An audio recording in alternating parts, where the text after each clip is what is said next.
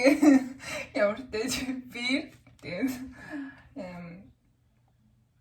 тэгээд текстээ бичдэг 2 жижиг бирээр бичээд бусд нь ингээд ямар ингээ хэмжээтэй ямар үг бичгээсээ шалтгаалаад бусад бирнээсээ сонгоод бичдэг.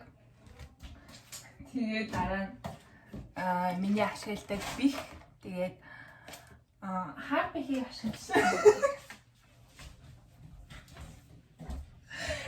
Хар бих ашиглахдаа нэг энэ шаргал энэ бихийг нэг хальцдаг. Тэгэхээр жоохон нэг шаргал тоёо ороод гялтаж гэлтэнаад арай жоохон чимхтэй.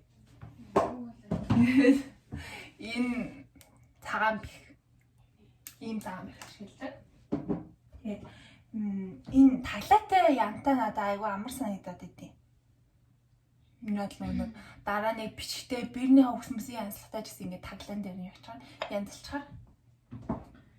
Тэгээд муута цас чинь нэг өөр юм дээр яхахлаа нэвтрэгдэхгүй. Тэг эсхийн дээр муута цасаа тавиад бичих нэвтрэгдэггүй. Тэгээд ингээд танаас ингээд шугамнууд нэвт харагдах болохоор илүү хялбар. Цаас болохоор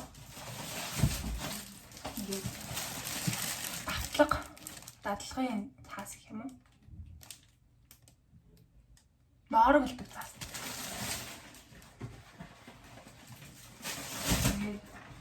Ийм хөө бэлтгэж зэд юм а. Энэ дээр шуучууд бэлтээ авч. Миний цагаан найр нь дуусчих.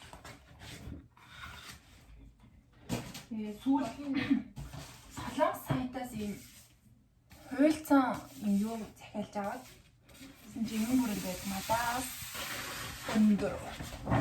Доошоо ингэ тулцсан байгаа нь гээл бод. Хөл дараа ингэж жижиг олж мэдээ захиалсан. Наад жин хан манд яа. Үлгчгөр хэмжээ ч гэсэн айгуу давгүй.